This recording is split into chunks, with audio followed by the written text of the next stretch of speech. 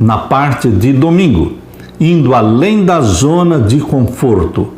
Zona de conforto é aquele lugar onde você está comodamente frequentando a sua igreja, assistindo bons sermões, assistindo boas músicas, você está perto da família, você está cercado dos seus familiares, dos seus amigos, você está numa zona de conforto que dificilmente vai sair dela. Mas Deus nos tira da zona de conforto.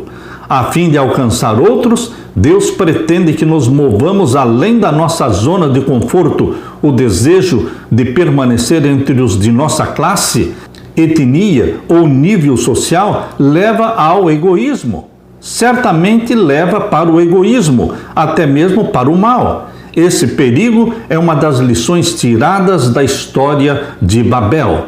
Vamos ver a história da Torre de Babel em Gênesis capítulo 11.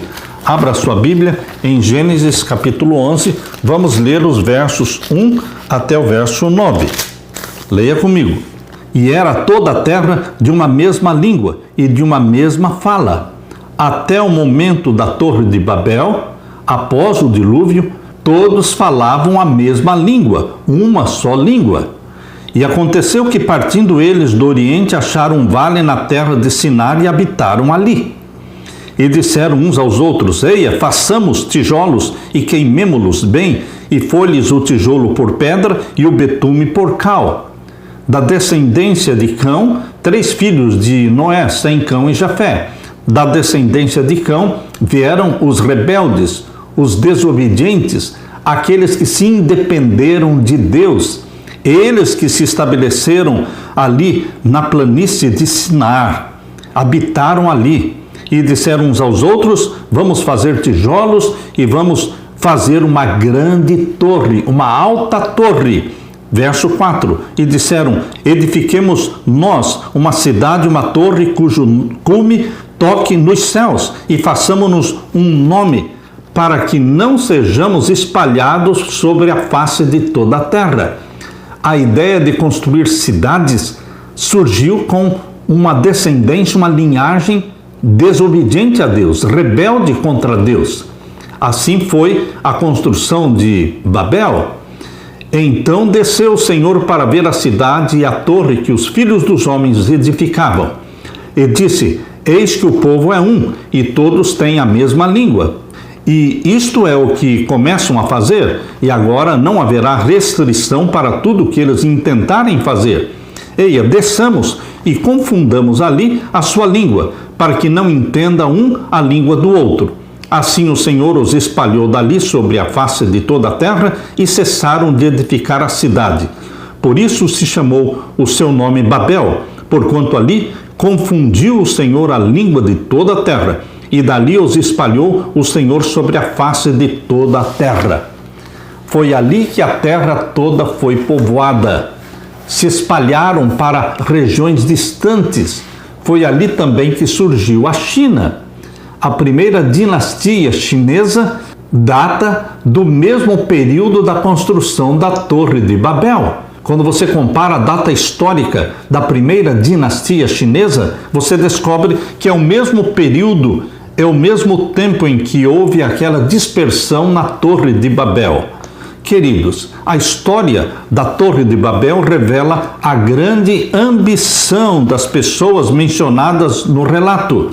Planejavam fazer uma estrutura monumental que não havia em nenhum outro lugar do mundo. Vamos construir, diziam eles, uma cidade e uma torre, cujo topo chegue até os céus e tornemos célebre ao nosso nome. Gênesis 11, 4. O povo amava viver em cidades. O povo ainda ama viver em cidades. Como é difícil Deus convencer seus filhos, suas filhas, de deixarem as cidades e irem morar no campo. A tendência desde a Torre de Babel era viver aglomeradamente, todos juntos na cidade. Com que frequência as pessoas procuram fazer o mesmo hoje em dia? Seja através da política ou da arte ou dos negócios, até mesmo da religião, não importa. Há quem deseje tornar célebre o seu nome. As pessoas querem ser famosas.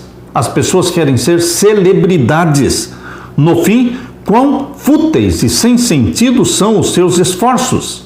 Queridos, a Bíblia conta a história do rei Salomão. Salomão, em Eclesiastes capítulo 2, abra sua Bíblia, em Eclesiastes capítulo 2, a história de Salomão, que se tornou o mais famoso e poderoso rei de Israel. Aqui no capítulo 2 nós vamos ler a partir do verso 4. Salomão diz assim: fiz para mim obras magníficas, edifiquei para mim casas, plantei para mim vinhas, fiz para mim hortas e jardins e plantei neles árvores de toda espécie de fruto. Fiz para mim tanques de águas para regar com eles o bosque em que reverdeciam as árvores. Adquiri servos e servas e tive servos nascidos em casa. Também tive grande possessão de vacas e ovelhas, mais do que todos os que houve antes de mim em Jerusalém. Amontoei também para mim prata e ouro e joias de reis e das províncias. Provi-me de cantores e cantoras e das delícias dos filhos dos homens e de instrumentos de música de toda sorte. E engrandeci-me e aumentei mais do que todos os que houve antes de mim em Jerusalém. Perseverou também comigo a minha sabedoria. E tudo quanto desejaram os meus olhos não lhe neguei. Aqui estava o pecado de Salomão. Tudo quanto desejaram os meus olhos não lhe neguei. Tudo que ele teve vontade de fazer, ele fez.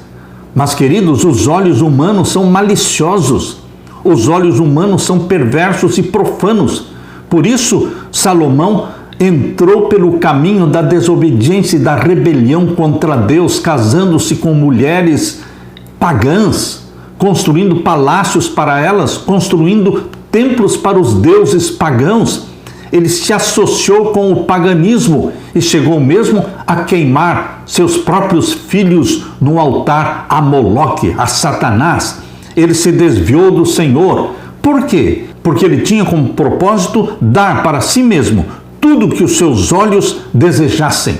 Porque ele diz aqui no verso 10, Eclesiastes 2:10, tudo quanto desejaram os meus olhos não lhe neguei.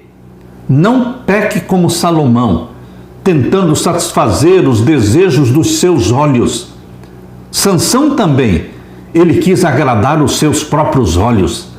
Ele disse, se referindo a Dalila, uma mulher pagã, ela agrada os meus olhos. Queridos, nós não estamos aqui na terra para fazer coisas que agradam os nossos olhos. Os olhos do Senhor estão sobre você, meu querido irmão, minha querida irmã.